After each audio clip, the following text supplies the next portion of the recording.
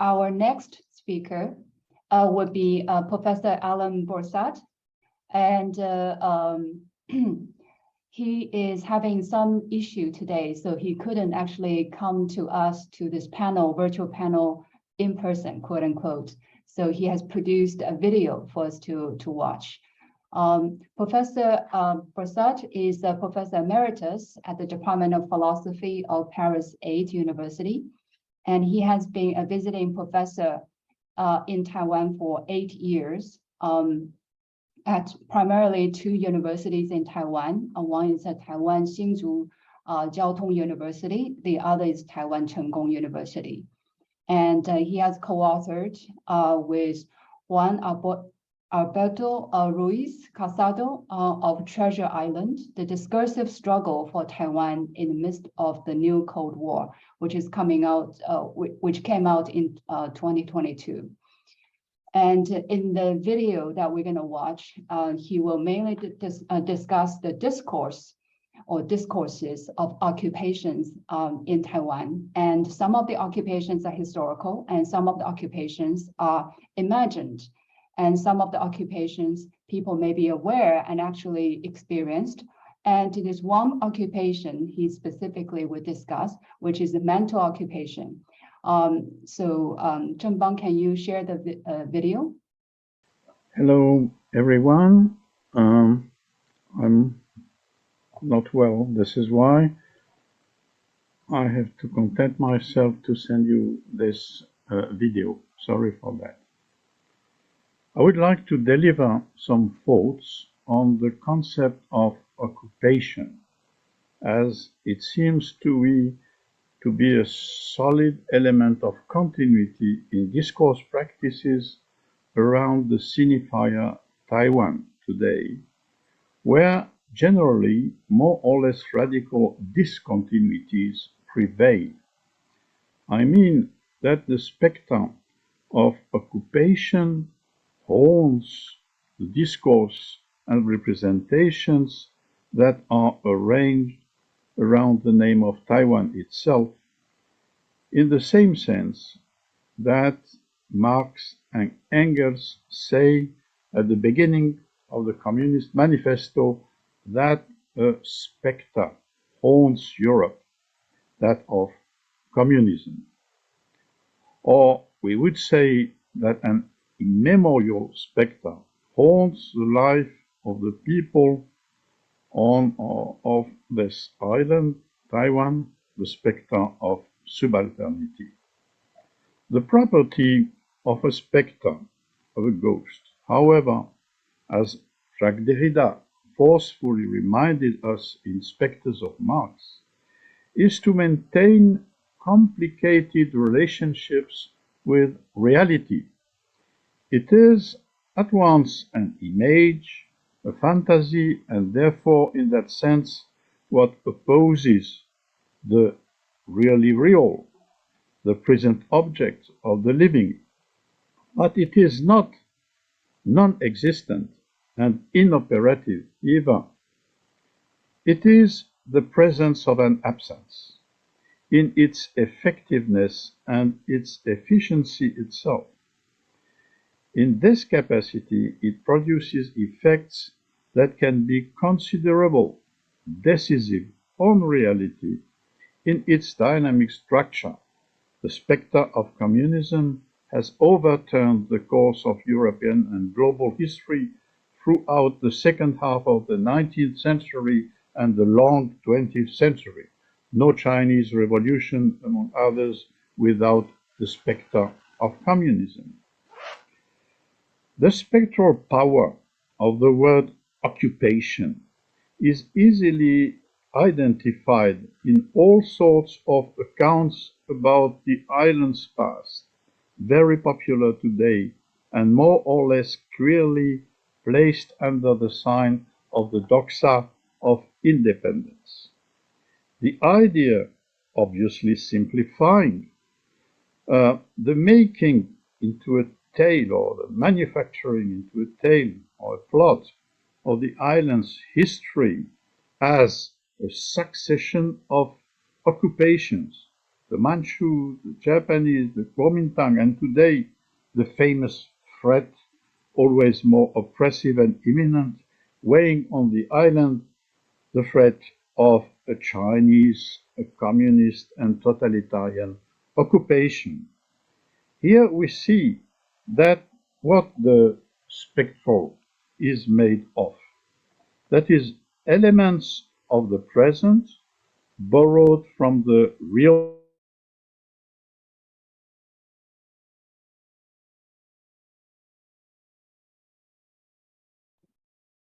Zhenbang, I see the States, reinforced by their local allies and other, intertwined with images and phantasmagorias borrowed in turn from that immemorial victimism with indistinct contours, the unfortunate islander constantly subjected to the appetites and violence of successive and uninterrupted occupation.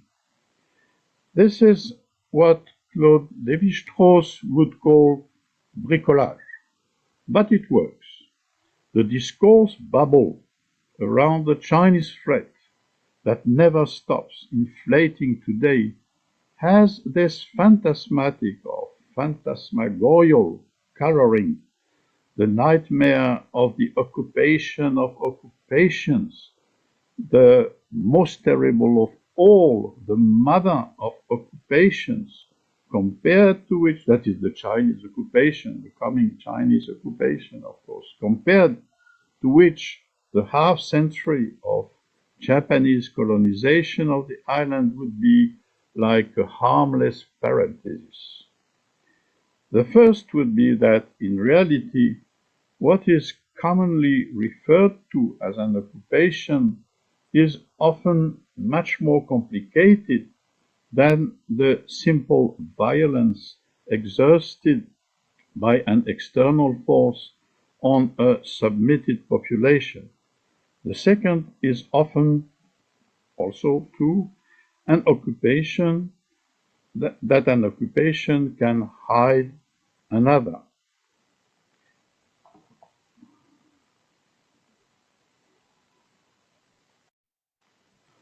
The plot of the current condition of the island by the pro-independence narrative, increasingly noisy and uninhibited, is arranged around this figure. For a long time, if not forever, we Taiwanese, have been occupied and exposed to the threat of occupation. Let's finally be ourselves, free, independent, return to our own original identity, which endlessly revolves around this pure tautology. Taiwan is Taiwan and nothing else. But this narrative, of course, is a fable. It is entirely sewn with white threads. What the island is made of course, in its finest grain, both in terms of its population and its territories, its landscapes even, is inextricably linked to the succession and stratification of the supposed occupation. Occupiers, or those designated as such, are generally not simple barbarian invaders who, like the Huns, flood the country, loot it, leave it to fire and blood, and then go back home on their little horses, on the back of their little horses. Even colonization, defined here as systematic and lasting occupation, combines looting and development. This is particularly true here, in Taiwan, with the Japanese occupation. Occupation, in this sense, contributes to shaping what the identity of the occupied is made of, and the succession of occupations, or supposed alleged ones, is a factory of composite identities, especially when accompanied by migrations and population transfers, which was massively the case on this island in different phases of its history. And then all occupations have differential pitches. The occupation or colonization of Taiwan by the Japanese does not present the same face at all for the indigenous populations who resisted with the energy of despair, and for the Han elites whose children went to study in Japan and sometimes returned as doctors, engineers, writers writing in Japanese, etc.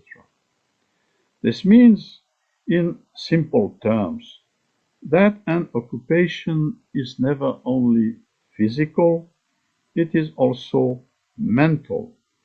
It does not only take the form, the shape of a physical, military, administrative, police violence exercised by a force.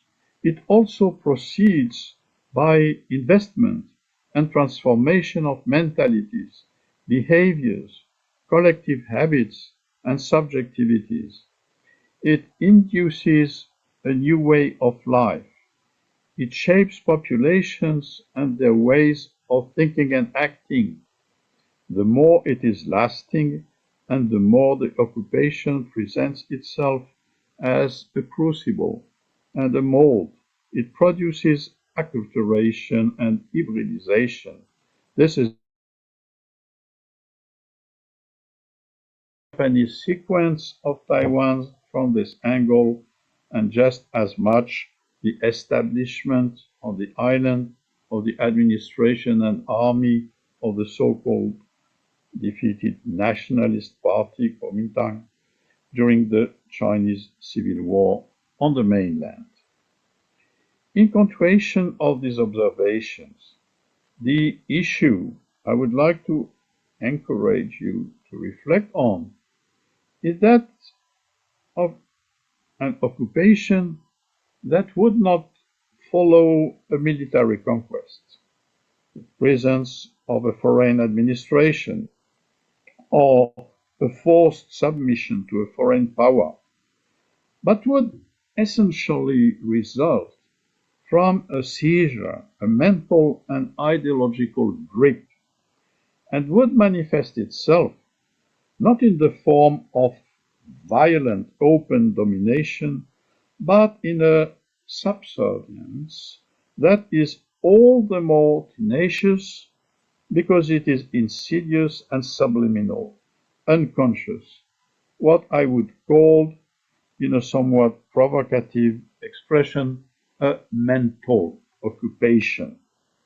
To put things abruptly, the more I stay in Taiwan and observe both political mores of the ruling elites and the mentalities of the intellectual caste, or even the way in which ordinary people generally see the world and act accordingly, and the more I would be inclined to assert this. The more Taiwan dreams or fantasizes around the theme of independence, the more it is under the grip of a mental occupation. Taiwan is not under occupation like Okinawa, obviously. There are no US military personnel in uniform in the streets. But the desire for such an occupation, aimed at protecting the island from the Chinese threat, is increasingly being heard. That is what I call a mental occupation. Without this context, the haunting motif of the Chinese threat, the nightmare of a Chinese occupation, is first and foremost the fantasy of the mentally occupied before anything else. A fantasy is an image that interposes itself between a human subject and reality, and which produces a variably distorted perception of the reality, of that reality.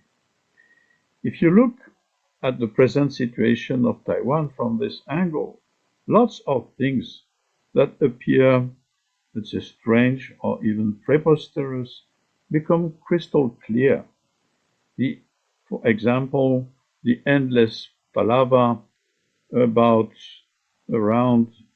bilingualism. That is how English should become the second language of each and every Taiwanese in a few years. That kind of daydreaming is a blatant symptom of the mental occupation, that is, of the ascendancy, that is, the hold exerted by the invisible hand of the hegemon on the local daydreamers. To understand the current situation, it is necessary to start by identifying where the divide between reality and fantasy occurs. In this case, reality is shaped and fashioned by the mental occupation of Taiwan, and conversely. If you want to know the name, the face, and the address of the occupier, please just read Taipei Times and its Chinese language equivalents, and you will be informed. However, fantasy is not just an inconsequential daydream. It is to align with its visions and obsessions. It is an automaton that manufactures self-fulfilling prophecies. And this is exactly what all those who live and work under the shadow or the nightmare of China's occupation of the island are doing today, multiplying irresponsible actions, provocations, faits accomplis, intended to make the Chinese leaders lose patience. The fantasy, in this sense, is always driven by a death wish, that is an obscure wish for war, obviously, in that case. Thank you. I'm Michael Hudson. I'm appearing here for the International Manifesto Group. If you like this video and ones like it, please subscribe. For more information, go to the address on this screen.